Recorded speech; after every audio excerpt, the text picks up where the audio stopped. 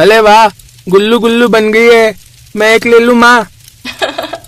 हाँ हाँ, मेरा गप्पू नहीं खाएगा तो और कौन खाएगा भला। ले ले बेटा। नहीं, रुक जाओ गप्पू, तुमने हाथ धोए?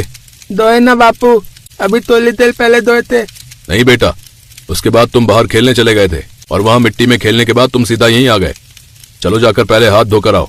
ओफो, आप भी ना हद करते हो, बच्चे ही तो है। और यहाँ कौन से आपके ग्राहक देखने आ रहे हैं?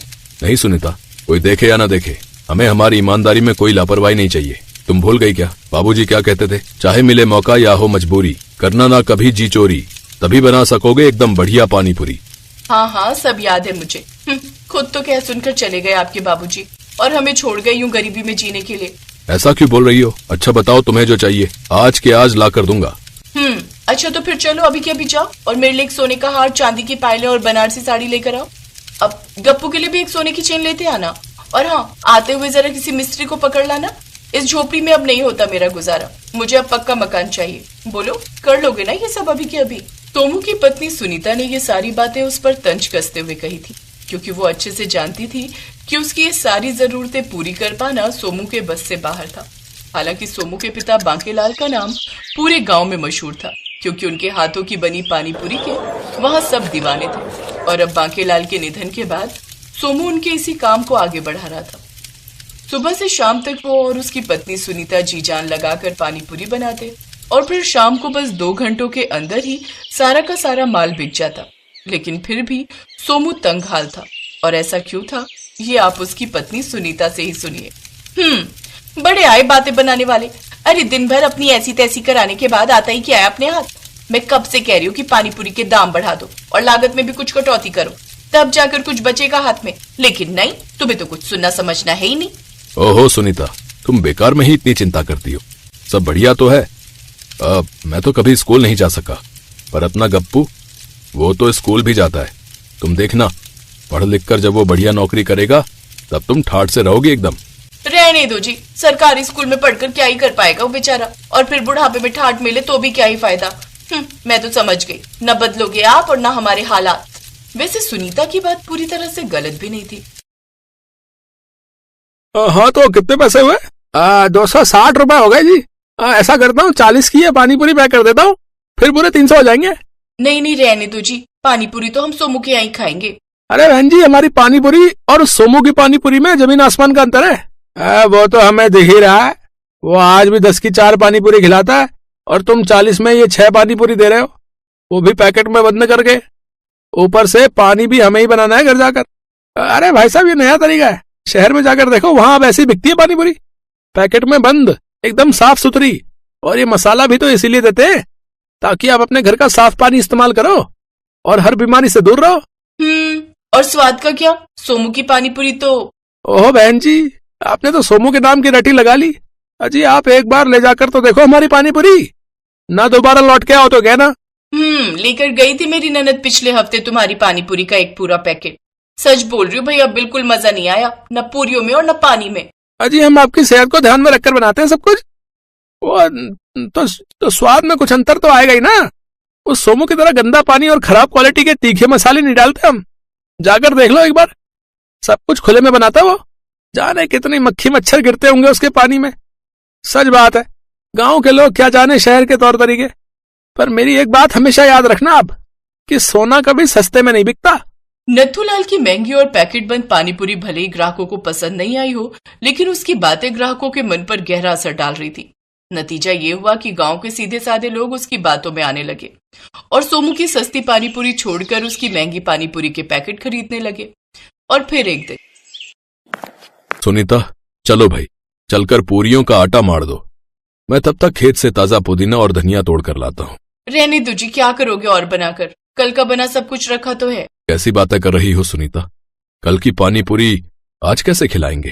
अब कम बनाएंगे, लेकिन ग्राहकों को खिलाएंगे तो ताजी पानी पूरी ही। अरे कौन से ग्राहक? वही जो उस नत्थू की दुकान के बाहर लाइन लगाकर खड़े हैं उसकी पैकेट वाली पानी पूरी खरीदने के लिए। देखो गप्पू के बापू, अब भी कह रही हूँ, बदल लो अपने तरीके, या फिर हो सके तो अपना ये काम ही बदल दो, वरना भूखे मरने की नौबत आ जाएगी। सुनीता और सोमू आपस में बातें कर ही रहे थे कि तभी उन्हें घर के बाहर से किसी की आवाज सुनाई दी। कोई जोर जोर से सोमू का आवाज लगा रहा था। सोमू, अरे ओ सोमू, अरे बाहर निकल जल्दी। नत्थू भैया, क्या हो गया? ऐसे क्यों चिल्ला रहे हो? शुक्र मना कि अभी सिर्फ चिल्ला रहा हूँ। जी तो कर रहा है कि तेरा सिर फोड़ दूं पत्थर मार कर। जरा जुबान संभाल कर बात कर नथु, वरना। रुको सुनीता, मुझे बात करने दो। नत्थु भैया, आखिर किया क्या है मैंने? अरे तूने ऐसा पाप किया है जिसकी कोई माफी नहीं है, हैं? ये देख, तेरी सड़ी हुई पानी पूरी खाकर क्या हाल हो गया हमारी पिंकी का। ये कहते हुए नथुलाल ने एक बच्ची की ओर इशारा किया जो एक औरत की गोद में बेहोश पड़ी हुई थी। और फिर पिंकी, क्या हुआ इसे? 10 रुपए लेकर गई थी मुझसे तुम्हारी पानी पूरी खाने के लिए, और देखो क्या हाल हो गया इसका। उल्टी दस्त से इतनी हालत खराब है कि लड़की बेहोश ही हो गई। नहीं भाभी, ऐसा नहीं हो सकता। मैं तो कितने सालों से आप सबको पानी पूरी खिला रहा हूँ। जरूर पिंकी ने कुछ और खाया होगा। ओए चुप कर, अब झूठ बोलने से कोई फायदा नहीं है। आज हम तेरी ये सस्ती पानी पूरी की दुकान बंद करने आए हैं। चलो रे, उठाओ इसका सारा सामान और ले जाकर बाहर फेंक दो। नथुलाल का इशारा मिलते ही कुछ लोग आगे बढ़े, लेकिन वो नथुलाल के बर्तनों को छू पाते उससे पहले गप्पू ने आगे बढ़कर जोर से कहा, नहीं लुक दाओ, पिंकी ने कल मेरे बापू के गुल्लू गुल्लू नहीं खाए, उसे तो नत्थु ताता ने खिलाए थे गुल्लू गुल्लू, मैंने देखा था।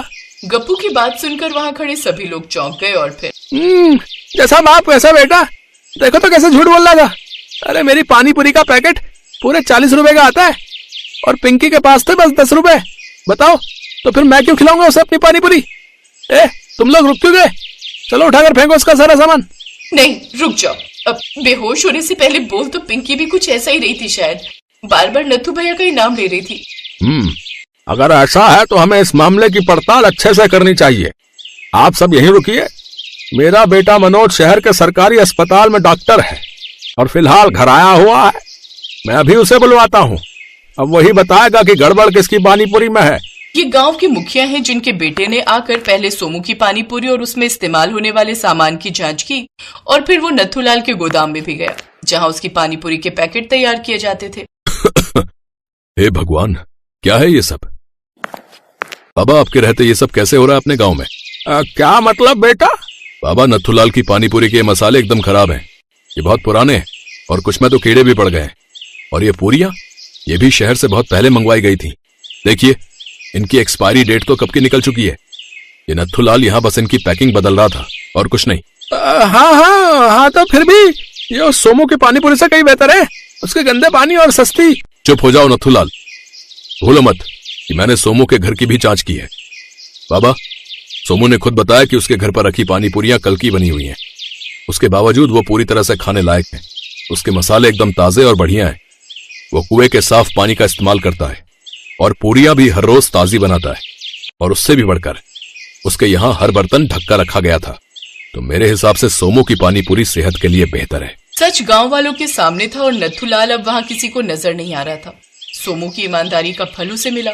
सोमू की ईमानदारी और मेहनत को देखते हुए ग्राहकों ने खुद उसकी पानीपुरी के दाम बढ़ाकर देने शुरू कर दिए, जिससे सोमू की माली हालत सुधरने लगी। अब सुनीता को भी सोमू से कोई शिकायत नहीं थी और सोमू की सस्ती लेकिन बढ़िया पानीपुरी एक बार फिर सबकी पहली पसंद बन चुकी थी।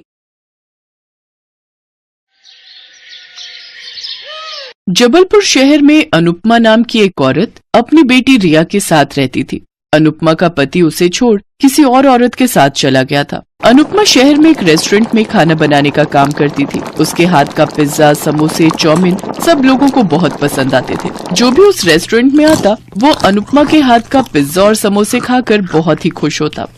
मल्होत्रा साहब, आपके यहाँ के पिज्जा और समोसे खाकर तो मजा ही आ गया। ऐसा क्या डालते हो उसमें? ये सब कमाल तो हमारे यहाँ की अनुपमा का है। ये दोनों चीजें वही बनाती है।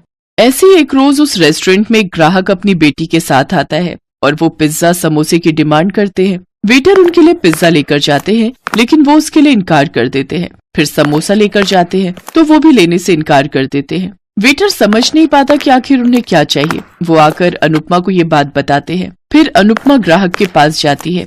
माफ कीजिएगा सर, हम समझ नहीं पा रहे कि आप क्या खाना चाहते हैं। आप मुझे बताइए, मैं यहाँ शेफ का काम करती हूँ।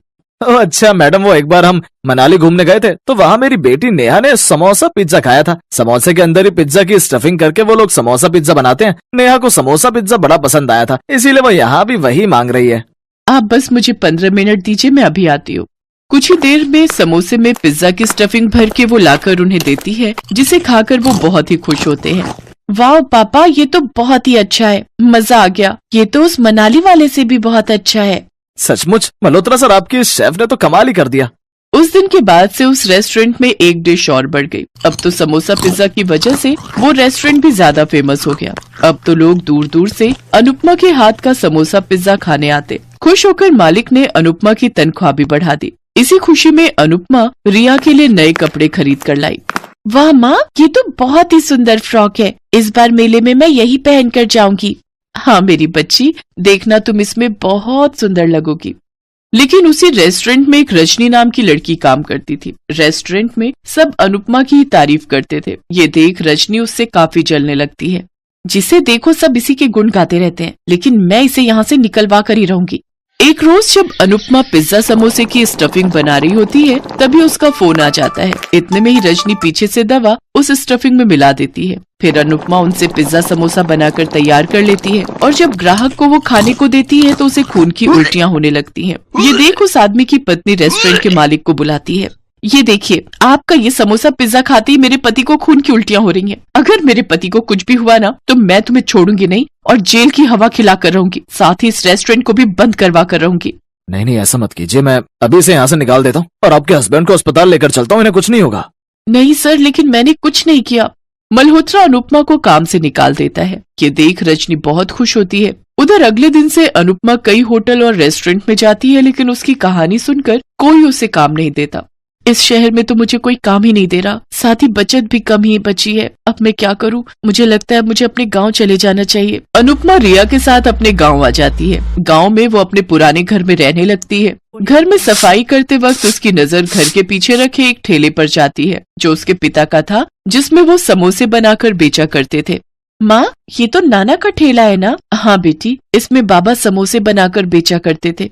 तो माँ, आप भी तो कितना अच्छा समोसा पिज्जा बनाती थी, अब आप इस ठेले पर वो बनाकर बेचना शुरू करो। अरे वाह, ये आइडिया तो बहुत अच्छा है, मुझे क्यों नहीं आया? अनुपमा ने नौकरी करके कुछ बचत की थी, जिनसे वो राशन पानी लाती है, साथ ही समोसा पिज्जा बनाने के लिए जरूरी सामान भी लाती है। फिर अगले दिन सुबह जल्दी उठकर समोसे पिज्जा बनाती है और ठेले पर लगाकर उन्हें बेचना शुरू कर देती है। तभी उसके पास उस गांव का मुखिया आता है। अनुपमा बेटी, ये ठेला तो तुम्हारे पिता मनोहर का है ना? वो तो इसमें समोसे बनाकर बेचते थे, लेकिन आखिर तुम इसमें क्या बनाकर बेच रही हो? काका, ये भी समोसे है, लेकिन ये आज के जमाने के समोसे है। अच्छा, फिर एक चखाना तो। अनुपमा उन्हें पिज्जा समोसा देती है। वाह वाह, लाजवाब, क्या स्वाद है। वाह बेटिया, हमने तो कभी सोचा ही नहीं था कि ये इतने अच्छे होंगे। मुझे 2 और दे दो। वैसे कितने का है एक? सिर्फ 20 रुपए का काका। मुखिया को देखकर और भी लोग उसके पास आने लगे। धीरे धीरे अनुपमा सारे गांव में और आस पड़ोस के गांव में भी फेमस हो गई। अब लोग दूर दूर से उसके समोसा पिज्जा खाने आने लगे। अब उसकी खूब अच्छी कमाई होने लगी। रिया को उसने अब वहीं के एक स्कूल में डाल दिया। स्कूल से आने के बाद रिया भी अपनी माँ की मदद करती। उधर मल्होत्रा रजनी को किसी से फोन पर बात करते सुन लेता है। वो उसकी सारी बात अपने फोन में रिकॉर्ड कर लेता है। अच्छा किया जो मैंने उस अनुपमा को यहाँ से निकलवा दिया, जिसे देखो उसी के गुण गाता रहता। वो अनुपमा कितनी बुद्धू निकली। उसके पिज्जा समोसे में दवाई मिलाई मैंने और नाम लगाया उस अनुपमा पर और उसे यहाँ से निकाल कर बाहर किया। अच्छा, तो ये सब तुम्हारा किया तरह है। अब देखो मैं क्या करता हूँ। मल्होत्रा वो वीडियो YouTube पर डाल देता है। रातों रात ये बात सोशल मीडिया पर फैल जाती है। रजनी को काम से निकाल दिया जाता है और अब उसे कहीं कोई नौकरी नहीं मिलती। कुछ दिन बाद मल्होत्रा अनुपमा को ढूंढता हुआ उस गांव आ जाता है और उसे अपने साथ रेस्टोरेंट में काम करने की बात कहता है। लेकिन अनुपमा उसे कहती है, नहीं साहब, अब मैं इसी गाँव में रहकर अपना काम ही करूंगी। जो सुकून यहाँ है वो कहीं नहीं। ठीक है अनुपमा, जैसा तुम्हें ठीक लगे, लेकिन मेरे रेस्टोरेंट के दरवाजे हमेशा तुम्हारे लिए खुले रहेंगे।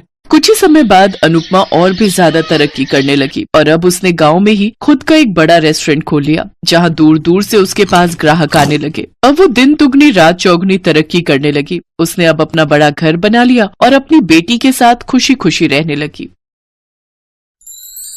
Thanks for watching.